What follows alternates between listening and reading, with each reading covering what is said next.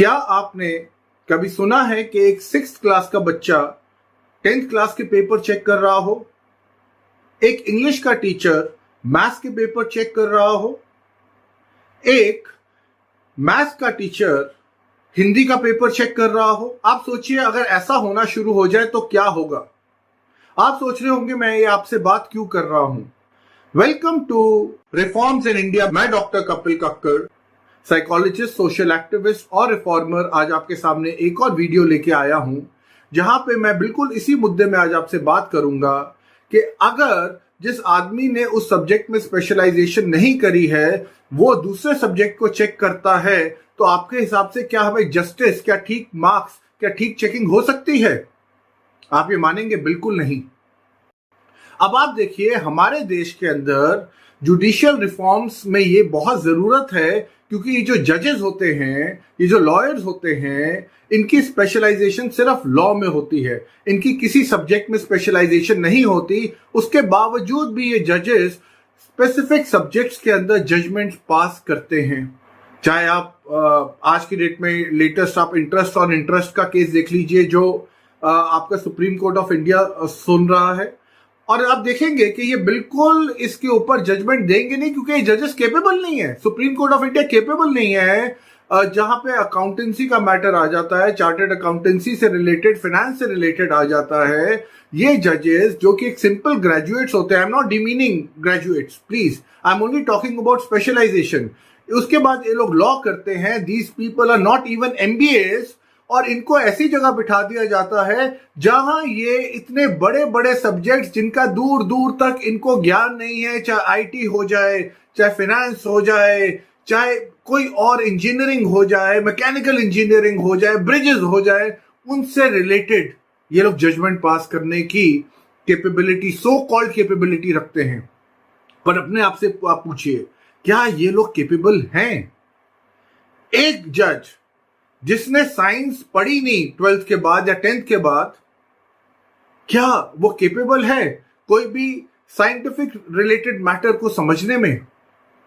Similarly, एक आदमी, एक जज जिसने फाइनेंस कभी नहीं पढ़ा, 10th के बाद मैथ्स नहीं ली, 12th के बाद मैथ्स नहीं ली, क्या वो केपेबल है? या अगर उसको अपॉइंट किया जाता है ऐसे केस के अंदर जहां पे उसको सुनवाई करनी है फाइनेंस रिलेटेड मैटर, अभी आप हाल ही फिलहाल में आप देखिए supreme court of India, they are listening to the petition on moratorium, जहां पे इंटरेस्ट ऑन इंटरेस्ट के बारे में सुप्रीम कोर्ट ऑफ इंडिया सुन रहा है। और मैं आपके दावे के साथ कह सकता हूं, Supreme court of India, the जजेस know they are incapable, they are incompetent, they will never give a judgment. वो क्या दे रहे हैं? डेट्स पे डेट्स, तारीख पे तारीख, और वो एंड में गवर्नमेंट को ही कह देंगे आप खुद ही रिजॉल्व करो। क्यों? क्योंकि जब इन लोगों ने फाइनेंस पढ़ा ही नहीं, जब ये इकोनॉमिस्ट नहीं है, जब इनको इकोनॉमी के बारे में एबीसी नहीं पता, आप इन जजेस को कैसे बिठा सकते हैं? और यही आज हमारे देश में हो रहा है। एक फैमिली कोर्ट में एक जज बैठ जाता है जो कि सिंपली ग्रेजुएट है, जिसको कुछ मालूम नहीं, और वो फैमिली कोर्ट्स में जजमेंट पास करता है। डिस्प्यूट्स मैटर्स में, टेक्निकल डिस्प्यूटेड मैटर्स में ऐसे जजेस को बिठा दिया जाता है जिनको दूर दूर तक उस सब्जेक्ट के बारे में कोई ज्ञान नहीं, और फिर हम उनकी जजमेंट को सराखों पे लेते हैं कि जैसे जज साहब ने कोई जजमेंट पास करी हो।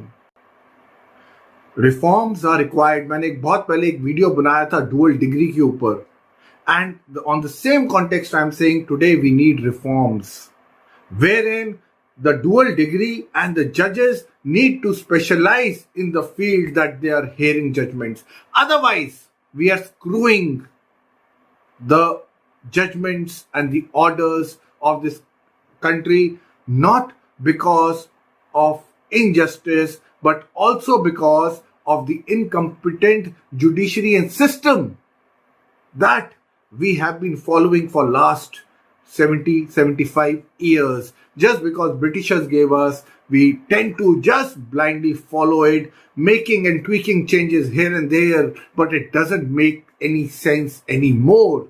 Why? Because judiciary is stomping and stamping every day, every hour, every minute. These incompetent judges are playing with the lives of the people of this country, and we are only looking at it, with remorse, with regret, and with hope that one day something good will happen. But it doesn't happen like that, my friends. Unless and until we don't get reforms, we will have the same system. We're incompetent. अरे जब ये पढ़े लिखे नहीं है, मैं आपको and में बोलता हूं कि जैसे अगर कोई आदमी ने एक लैंग्वेज जिसको आती नहीं है, आपने उसको उस लैंग्वेज के लिए ऊपर बिठा दिया है और कहा कि उस लैंग्वेज में पढ़ के आप जजमेंट दीजिए, वो कहां से जजमेंट देगा? वो उस लैंग्वेज के लिए, उस सब्जेक्ट के लिए इलिटरेट है, अनपढ़ है उस सब्जेक्ट के लिए। अगर कोई जज साइकोलॉजी बैकग्राउंड का नहीं है और वो फैमिली कोर्ट्स के अंदर जजमेंट दे रहा है, वो अनपढ़ है क्योंकि उसने साइकोलॉजी नहीं पढ़ी। अगर कोई जज फाइनेंस से रिलेटेड, इकोनॉमी से रिलेटेड जजमेंट्स पास कर रहा है जो उसने फाइनेंस, इकोनॉमी हाईएस्ट ग्रेड तक नहीं पढ़ी, तो वो अनपढ़ है। Let us accept that fact. Why can't we accept a simple thing like this? And this is what a prime minister Modi ji will have to accept it. And like I keep saying, unless and until we have a law minister in this country who does not have a background of law, who is without a law background, things will not change. क्योंकि अगर law background का आदमी होगा, वो तो अपनी fraternity, अपने जजेस, अपने वकीलों को ही बचाएगा। उसकी कंडीशनिंग ऑफ माइंड ऐसी हुई है, 4 साल उसने लॉ ही ऐसा पढ़ा हुआ है और वो एक अलग ही दुनिया में रहेगा, तो वो कभी भी चेंज नहीं लेके आ सकता।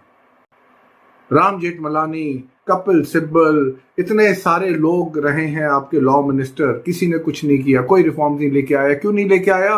क्योंकि उनको पता है कि उसी खामियों की वजह से वो लोग प्रॉस्पर करते हैं।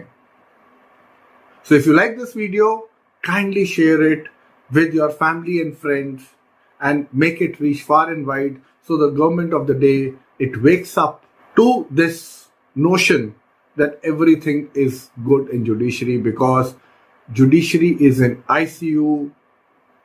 Forget only the number of cases, even the orders by the judges are deplorable. Thank you so much.